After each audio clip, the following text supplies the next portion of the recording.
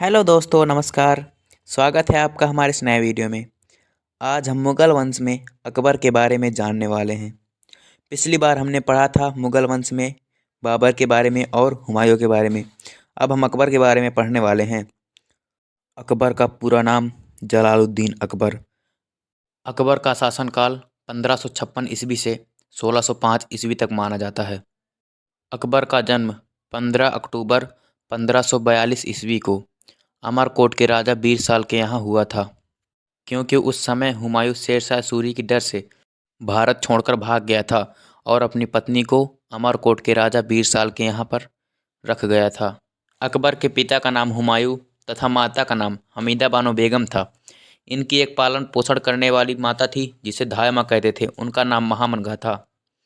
1555 में इन्होंने पहली बार मच्छीवाड़ा का युद्ध लड़ा था, जिसके साथ हुमायूं और बैरम खां भी थे। 1555 में ही हुमायूं ने अकबर को उत्तराधिकारी के रूप में नियुक्त कर दिया था और इसे लाहौर का सूबेदार बना दिया था। परंतु 1556 में हुमायूं की मृत्यु हो जाती है और आदिल शाह के नेतृत्व में आदिल शाह का सेनापति हेमू दिल्ली पर आक्रमण कर देता है और दिल्ली पर अपना घेरा डाल देता है। इधर पिता की मृत्यु का समाचार सुनकर अकबर भी दिल्ली आना चाहता है, परंतु दिल्ली में हेमू का अधिकार हो चुका था। फिर भी बैरम खां अकबर को लेकर पानीपत के मैदान तक आ जाता है और उधर हेमू भी अपनी सेनाओं को लेकर पानीपत के मैदान में आ जाता है। अब दोनों पक्ष अपनी सेनाओं को लेकर पानीपत के मैदान में खड़े थे। एक तरफ था हेमू, जो कि बहुत बलवान था और उसने विक्रमादित्य की उपाधि धारण कर रखी थी, और दूसरी तरफ था बैरम खां और अकबर। परंतु अकबर की उम्र उस समय लगभग 13 साल की ही थी और इसलिए वह युद्ध नहीं लड़ सका। परंतु बैरम खां ने युद्ध प्रारंभ कर दिया और अपने सेना से कहा कि कोई भी तीर नहीं चलाएगा, क्योंकि उसके पास गिने चुने 5-6 ही तीरंदाज थे और बैरम खां के पास सेना भी बहुत कम थी। वह जानता था कि अगर हेमू को इसका पता चल गया तो वह छुप कर वार करेगा, इसलिए उसने सभी से कह दिया कि कोई भी तीर का प्रयोग नहीं करेगा। और 6 घंटे तक लगातार युद्ध होता रहा। उस 6 घंटे के युद्ध में किसी ने तीर का प्रयोग नहीं किया और उस समय बहुत ही विकट परिस्थिति आ गई थी, फिर भी उन्होंने तीर का प्रयोग नहीं किया।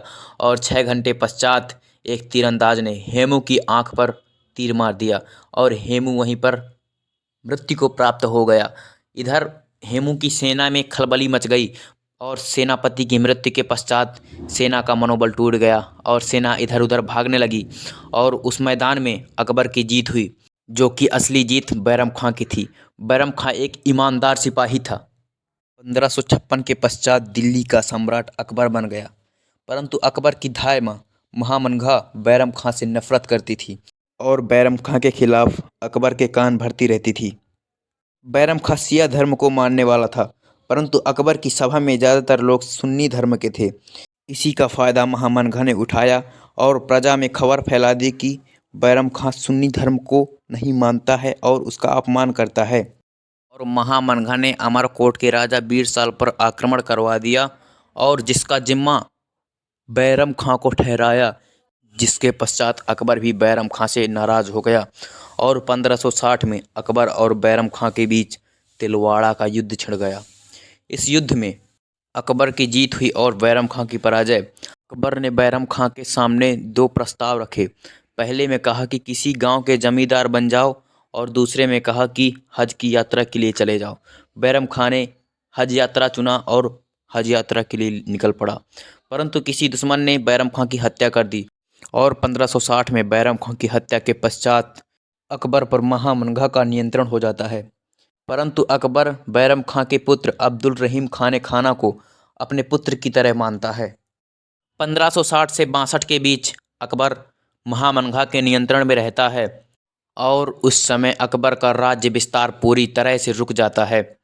इस समय को हरमदल अथवा पेटीकोट का शासनकाल कहते हैं। परंतु 1562 में अकबर का विवाह हरखाबाई, जिसे कि आप जोधाबाई के नाम से भी जानते हैं, इनसे हो गया और अब अकबर हरखाबाई अर्थात जोधाबाई के नियंत्रण में आ चुका था।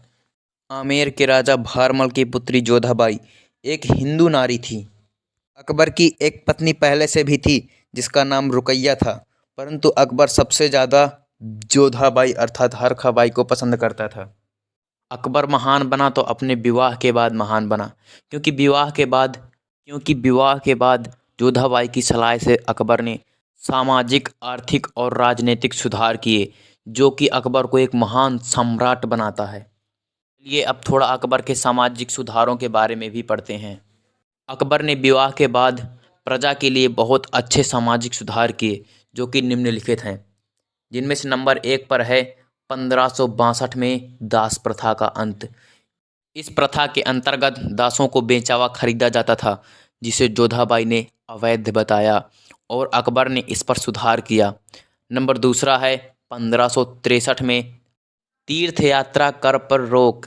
इसके अंतर्गत हिंदुओं को अपने देवी देवताओं के स्थल में जाने से रोका जाता था और उसमें कर लगाया जाता था, जिसे तीर्थ यात्रा कर के नाम से जाना जाता है। अगला सुधार किया इसने 1564 में। इसने जजिया नामक कर को भी समाप्त कर दिया। जजिया कर एक ऐसा कर था जो कि गैर मुस्लिम को देना होता था। इसमें हिंदू और अन्य धर्मों को मुस्लिम धर्म अपनाने के लिए प्रेरित किया जाता था। 1571 में अकबर ने फतेहपुर सीकरी में अपनी राजधानी को स्थानांतरित करने का निर्णय लिया, परंतु वहाँ पानी की कमी के कारण राजधानी को आगरा स्थानांतरित करना पड़ा। फतेहपुर सीकरी में अकबर ने एक किला का निर्माण भी करवाया था। 1575 में अकबर ने एक बिल्डिंग बनवाया जिसे इबादत खाना के नाम से जानते हैं। वहाँ केवल सुन्नी धर्म को ही अलाउ था, परंतु जोधाबाई की सलाह के कारण 1578 में इबादत खाने में सभी धर्म को अलाउ कर दिया, जिसे सुलह ए कुल की नीति के नाम से जानते हैं। परंतु इबादत खाना में सभी धर्म को अलाउ करने के पश्चात इस पर विवाद होने लगा था, इसलिए अकबर ने 1579 ईस्वी को मजहर की घोषणा कर दी। मजहर में कहा गया कि अगर किसी धर्म में विवाद होता है तो उसका अंतिम निर्णय लेने का हक केवल अकबर को रहेगा। 1582 ईस्वी में अकबर ने एक नया धर्म बनाया जिसे दीन इलाही के नाम से जानते हैं। इसका मेन पुरोहित अबुल फजल को रखा गया। इसको मानने वाला सर्वप्रथम हिंदू शासक महेश दास था, जिसे बीरबल के नाम से भी जानते हैं। 1583 ईस्वी में इसने एक नया कैलेंडर इलाही संवत चलाया।